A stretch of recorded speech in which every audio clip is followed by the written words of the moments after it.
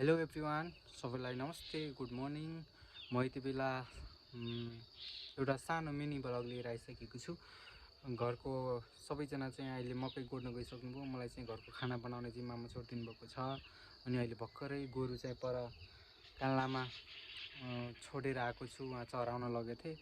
अब उता गोरु के झिङ्गा आन्छ यार अनि के भन्छ, गोरुलाई चाहिँ उता जङ्गलमा छोडेर आइसकेको छु। अब चाहिँ म खाना बनाउनेवाला छु।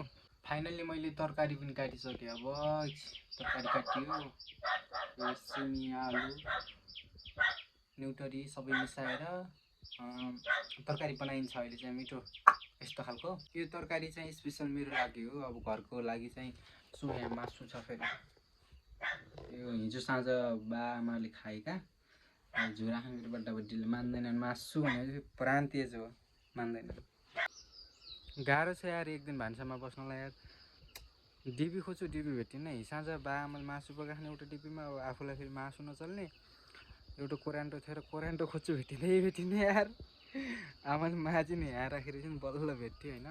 यही हो कोरान्टो। अब यसमा म फेरि मेरो लागि तरकारी बनाउँछु नि त।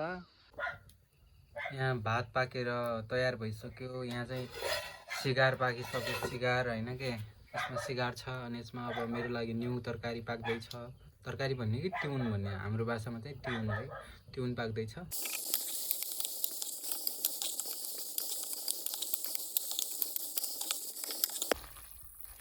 ल गाइज, फाइनल्ली तरकारी पनि पाकिसक्यो। अब भात तरकारी दबर्का लाउने, त्यसपछि खलङ्गा जाने।